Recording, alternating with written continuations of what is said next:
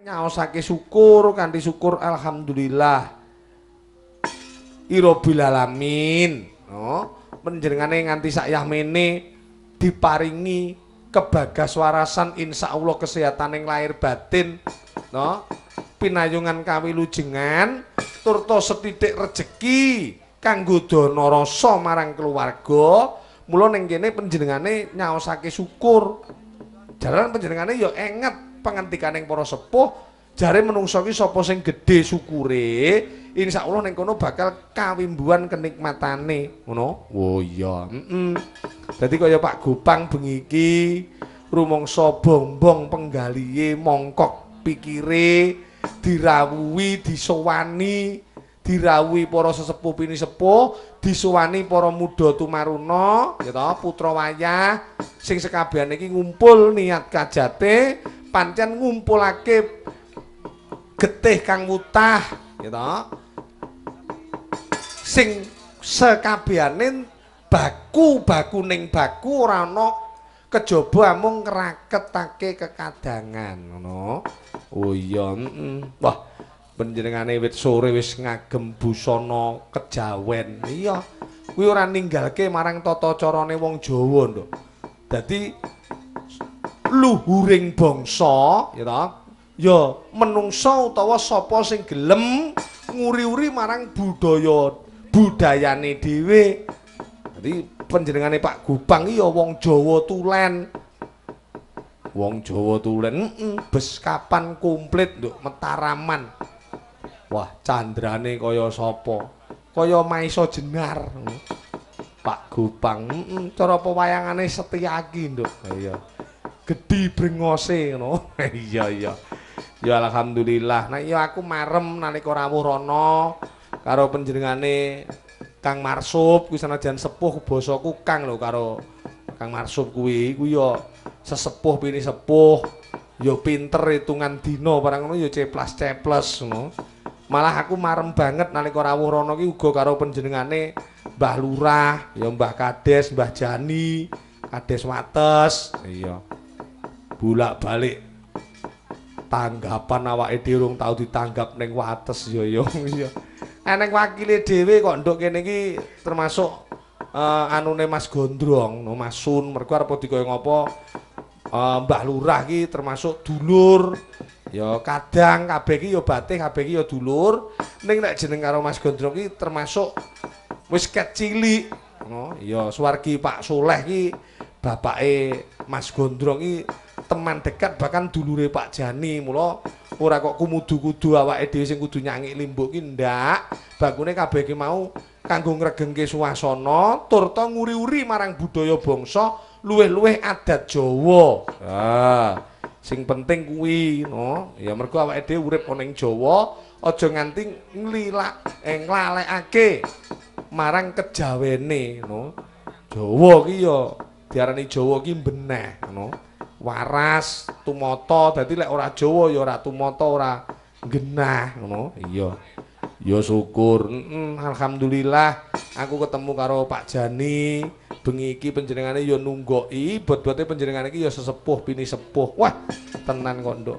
lurah ki sing pengalamane njaba jero akeh ki ora kaya Lurah Wates kok tenan apa iya Sembada perwira ngono tur ya duwe kewanen tenan tekate ya gedhe ngono ngadepi apa-apa ki ora sarusiku ngono didadaki sing penting panjenengane iki duwe pedoman utawa prinsip ora nglalekke utawa ora ninggalake marang kejujuran lan kautaman iya perkara kesenengan lain-lain panjenengane duwe kesenengan kuwi lak pribadine janine ning lek nyekel lurah ana ing utawa kades ana ing Wates kene bener-bener diutamakake ya kuwi kejujuran lan kedisiplinane ngono iya dadi umpama Pak Jani iki duwe kesenengan lumrah wong urip kok ndak duwe seneng iki kaya iya ya syukur senengane apa alah ora usah tak sebut nduk nyapa kakean senengane iya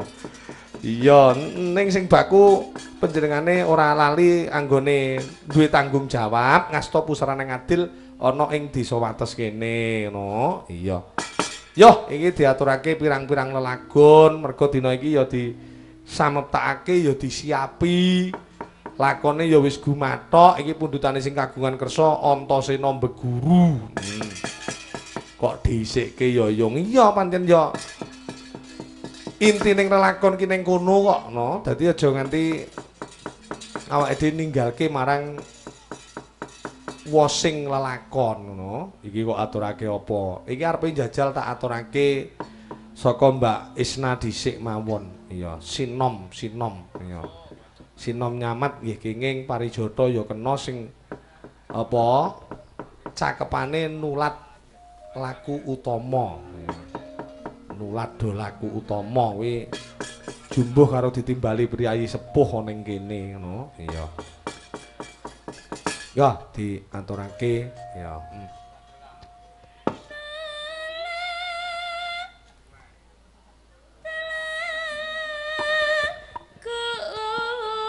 Nyamat.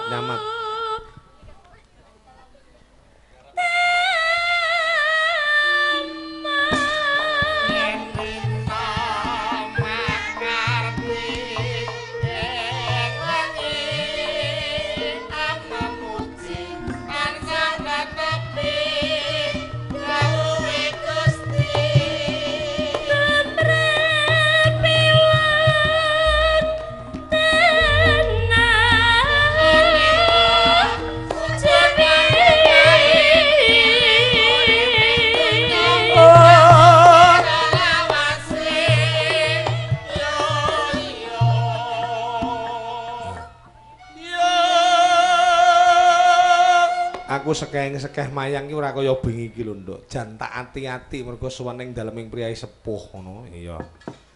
Dadi apa sing diaturake iki aja nganti metu saka ril ya yung dak. Iya. Enggak.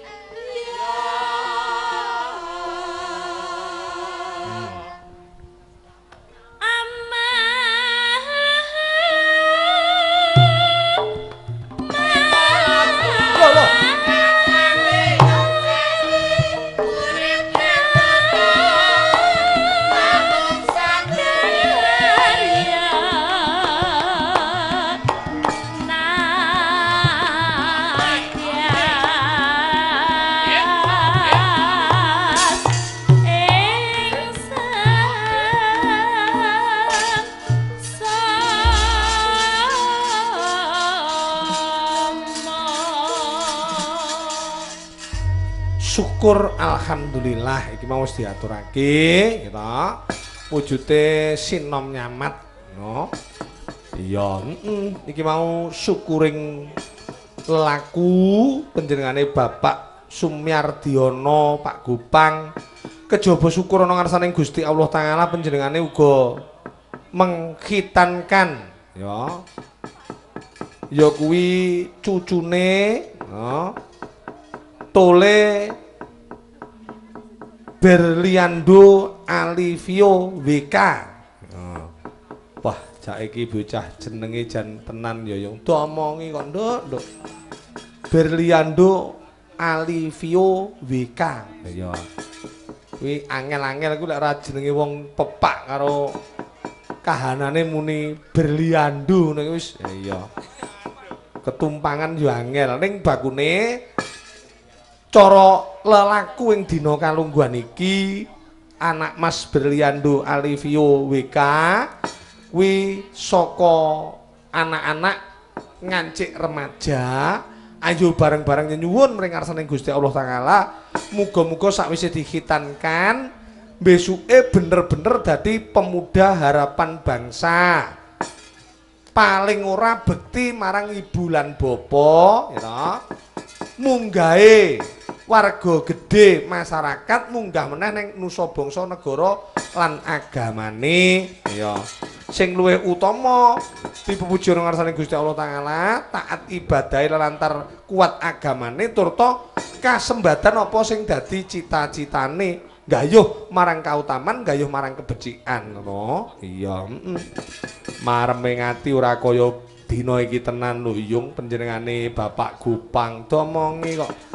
dadi ndelok putra wayah ya to malah cucune sing wis dikitanake sing dina kalungguhan iki ngancik remaja muga-muga besuke bener-bener nduweni jiwa satriya candrane kaya Raden Antasena senajan rada srogol rada nduweni apa lelaku sing kaya kala mangsa groyok ning atine iki jujur atine iki wening ngono mula candrane jumbuh karo pundutan lakon ning bengi iki ngono iya yo diteruske arepe nyicipi karo Mas Darmaji aku iya Mas Darmaji kok jajal apa dandang gulane rukun Islam Mas diaturake dandang gula rukun Islam jan bengi iki tenan lho nduk regeng banget iya awake dhewe caket karo warga wates ditimbali ning wates ki wis pirang taun kepungkur nah iya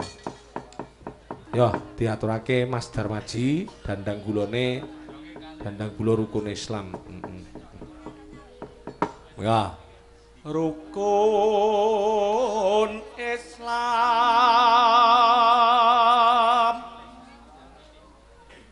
kang lima puniki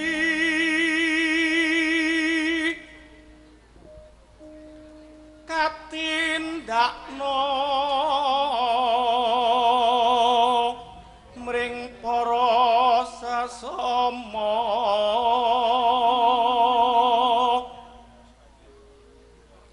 aja padha ditinggalake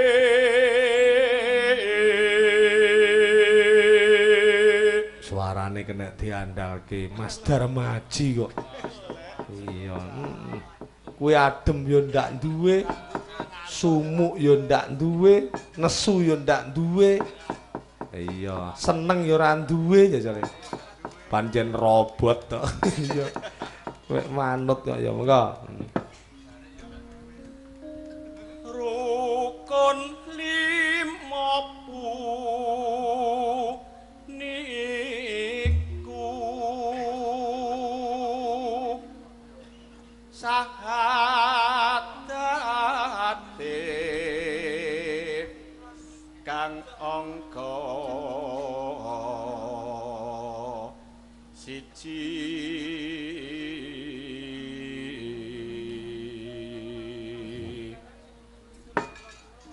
kang angka loro salat nene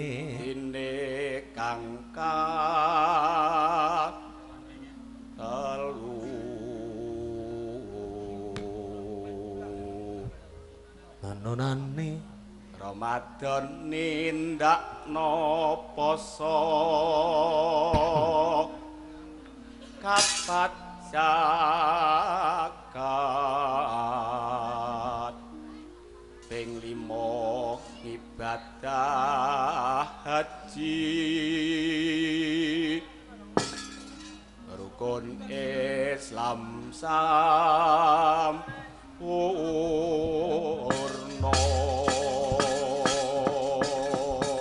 diaturake ya lagon sing kepenak ya rukun Islam diteruske neng pepeling. Monggo Mas, dadoske. Oh.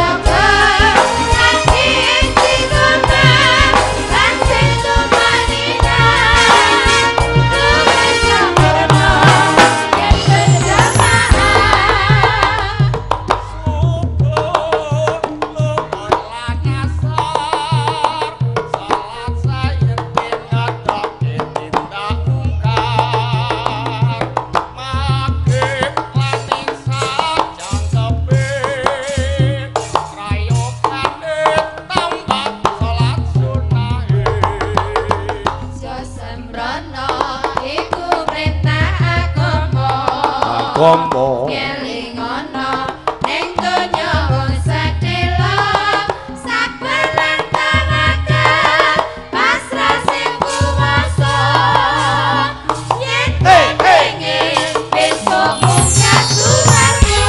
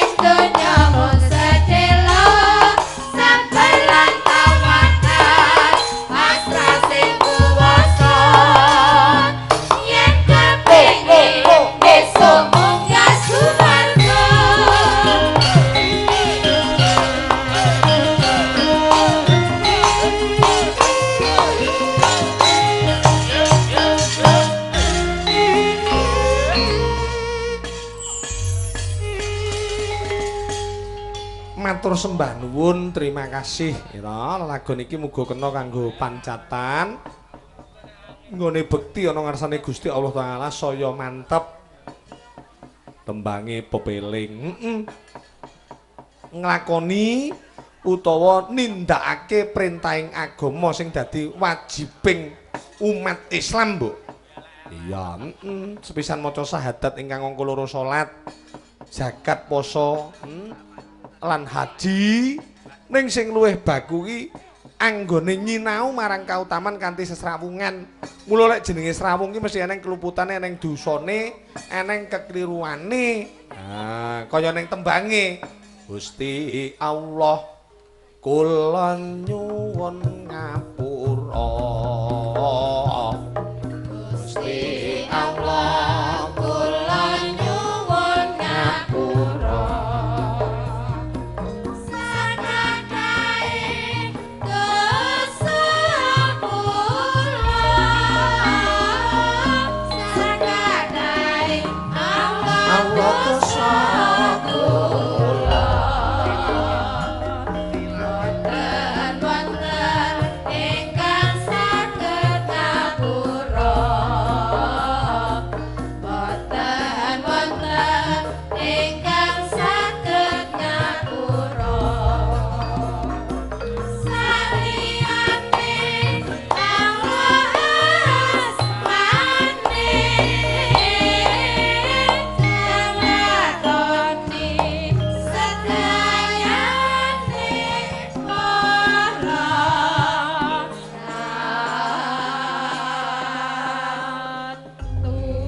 Iki rasa tobaté awake dhewe, Mbok. Karo Kang Maha Kamasa ya senajan diucapake kanggo tembangan, ning bakune ana sawijining hikmah kang terkandung di dalamnya, mula diantepake. Iya. Iki ning pamundhut, Yong. Saka sapa? Saka ingkang kagungan kersa, Pak Gopang. Ngersake apa? Slendang sutra kuning karo pangkur segara kidul. Ngono. Pangkur segara kidul. Katur bucange ing pagelaran. Kanthi serat menika kula nyuwun pawangsulan ya. Gendinge ya kuwi mau. Geni menika kula aturaken dumateng sedaya kanca. Matur sembah nuwun saking kula Pak Gopang ya. Iki saka warga Kendal Bulur sing disepuhi Pak Carik. Ya sak rombongan. Iya ngersake nyidam sari karo tembang kangen. Iya. Wah, jan eneng meneh iki Pak Slamet Pasar Burung. Iya, sinom wis tak aturake sik tas iki mang. Sinome. Nah iya, jane iki saka Pak Slamet iki ngersake sinom sing nembang Bu Sutar. Iya. Kok dengaren udu uci. Iya genten lek jawane. Iya.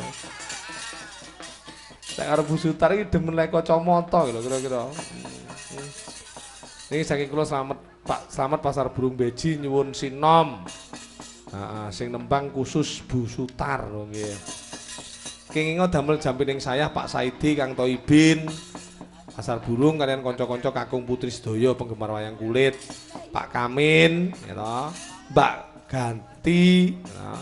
Mas Keni, Mas Roji, Pak Nasran tukang kursi serut. Nah iya. Wah, iki Sugeng dalu bucange, wilujeng dalu niki kula saking perwakilan Juruladi sekaligus grup Ronda Kreasi Angin Surga Nglegok Kidul. Iya, wah. Grup Ronda Kreasi. Iya, panjenengan kanggo cagak wungon. Badhe nyuwun tembang Nyi Roro Kidul. Kalih Jambu Alas Bayi Jeng Natalis Elis nggih. Enggal-enggal dipun layanana matur sembah nuwun. Insyaallah mangke tak aturake. Ngono. Wilujeng dalu Gus Lurah, wilujeng dalu. Kula nyuwun lagu Menunggu kalih Titip Kangen. Iya. Sing nembang Mbak Elis. Wah, Pak Kamin Rianto. Iya. Wah, iki jenis. Iya, iki. Akeh iki sing diaturake liwat Nawala ya akeh. Liwat SMS yo eneng 15 wae eneng nduk iki. Nah ya. termasuk kru Anggara Sound System. Kok njaluk lagu lho ya. Rumbungane dhewe kok.